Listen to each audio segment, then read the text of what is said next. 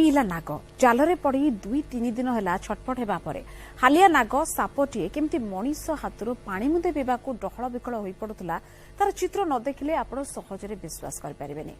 ଭଦ୍ରକ ଜିଲ୍ଲା ରହଣିଆ ଗାଁରେ କେମିତି ପାଣି ପିଇଲା ନାଗ ଚାଲନ୍ତୁ ଦେଖିନେବା। ନାଗରାଜ ଯାହାର ଦଂଶନ ମାତ୍ରକେ ମଣିଷ ପାଣି ମାଗିବାକୁ ସୁଯୋଗ ପାଏନି, ସେଇ ନାଗରାଜ କେମିତି ମଣିଷ ହାତରୁ ପାଣି ମୁନ୍ଦେ ପିଇବାକୁ ଡହଳ ବିକଳ ହୋଇ ପଡୁଛି ଦେଖନ୍ତୁ। ଆଖି ତରାଟି ପାଟି ଖୋଲି ପାଣି ଟୋପେ ପାଇଁ ଗୁହାରି କରୁଛି। ଗୋଟିଏ ଢୋକରେ ତାର ଶୋଷ ମେଣ୍ଟିନି।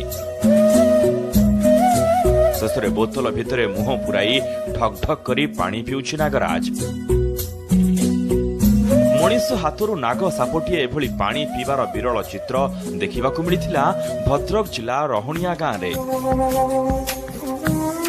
ମାଛ ଧରା ଜାଲରେ ଫସି ଯାଇଥିବା ପ୍ରାୟ 4 ଫୁଟ ଲମ୍ବର ନାଗ ସାପଟିକୁ ଦେଖି ଲୋକେ ସ୍ଥାନୀୟ ଅଞ୍ଚଳର ସାପ ଧରାଳି ମିର୍ଜା ଆରିଫକୁ ଖବର ଦେଇଥିଲେ। ଆଉ ଖବର ପାଇବା ମାତ୍ରେ ଘଟଣାସ୍ଥଳରେ ପହଞ୍ଚି ଯାଇଥିଲେ ମିର୍ଜା। ପ୍ରଥମେ ଅତି ସତର୍କତାର ସହ ଜାଲରେ ଛନ୍ଦି ହୋଇ ଛଟପଟ ହେଉଥିବା ସାପଟିକୁ ଉଠାଇ ଆଣିଥିଲେ। ହେଲେ ଫଣା କାଢି ଫଁ ଫଁ ହେବା ବଦଳରେ ସାପଟି ପାଟି ଖୋଲି ଚାତକ ଭଳି ଚାହିଁ ରହିଥିଲା। ସାପଟିର ଅବସ୍ଥାକୁ ଦେଖି ତାକୁ ପାଣି ଦରକାର ବୋଲି ବୁଝି ଯାଇଥିଲେ ଏହି ସାପ ଧରାଳି ଜଣକ।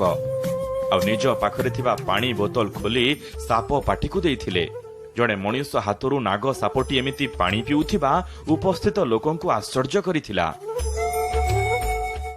এইভাবে ବହୁତ ସାପ ଜାଲରେ ପଡ଼ି ଯାଉଛନ୍ତି। ପଡ଼ିଲା ପରେ ଯେଉଁ 2 ଦିନ 3 ଦିନ ପଡ଼ିକି ରହୁଛନ୍ତି ପାଣି ପିଇବା ପାଇଁ ସେ ଭାରି ହେଉଛନ୍ତି।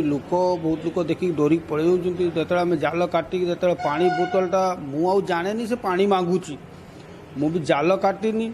ସେତିକି ସମୟ ଯେତେବେଳେ ପାଣି ବୋତଲଟା ଜଣେ ଲୋକ ଆଣିକି ଦେଲା ସେତିକି ସମୟ ସେ ବୋତଲଟାକୁ କାମୁଡ଼ି ଦେବା କଥା, କିନ୍ତୁ ସେ ସାପଟା କରୁଛି ତାକୁ ମୁଁ ପାଣି ଦେଉଛି। ସେ ପାଣି ପିଇଲା ପରେ କିଛି ସମୟ ପରେ ଆମେ ଜାଲରେ କାଟିକି ତାକୁ ବାହାର କରୁ।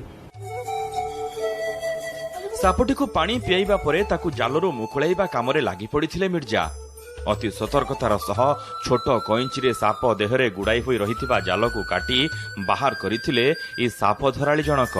ଶେଷରେ ଉଦ୍ଧାର ସାପକୁ ଏକ ଡବାରେ ପୁରାଇ ନେଇଯାଇଥିଲେ। ପ୍ରାୟ 1 ମାସ ତଳରେ ଏହି ଘଟଣାର ଭିଜୁଆଲକୁ ସୋସିଆଲ ସାଇଟ୍ରେ 1 କୋଟିରୁ ଅଧିକ ଲୋକ ଦେଖି ସାରିଲେଣି।